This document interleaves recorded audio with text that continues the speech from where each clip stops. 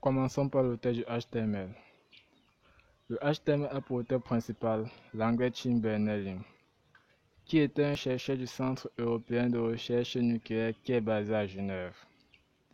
Il a été prononcé pour la première fois lors de la présentation du tout premier fichier HTML en 1991.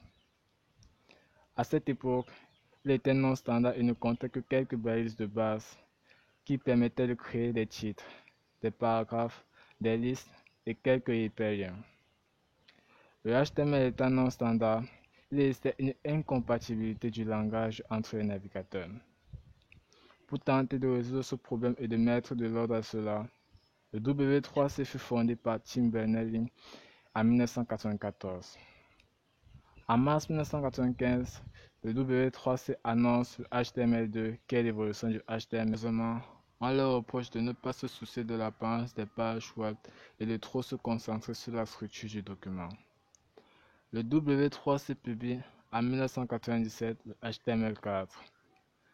Tout juste après le 3, malgré son évolution, le HTML ne parvient pas à résoudre ce problème de standardisation, ce qui fait que quelques années plus tard, le W3C abandonne le HTML pour se lancer dans le développement du XHTML.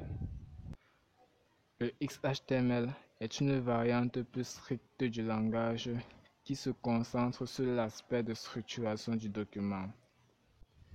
Et la mise en forme de ces pages fut confiée à une autre technologie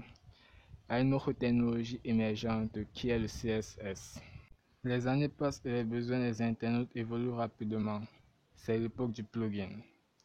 Le HTML étant à l'arrêt et le XHTML ne pouvant pas répondre aux nouvelles attentes des internautes, le W3C abandonne le XHTML afin de remettre en place un groupe de travail chargé de réfléchir à l'HTML5. Alors que sort la version finale du HTML qui n'est d'autre que le HTML5, qui contrairement à ses prédécesseurs, est standardisé par tous les navigateurs et régulièrement mis à jour.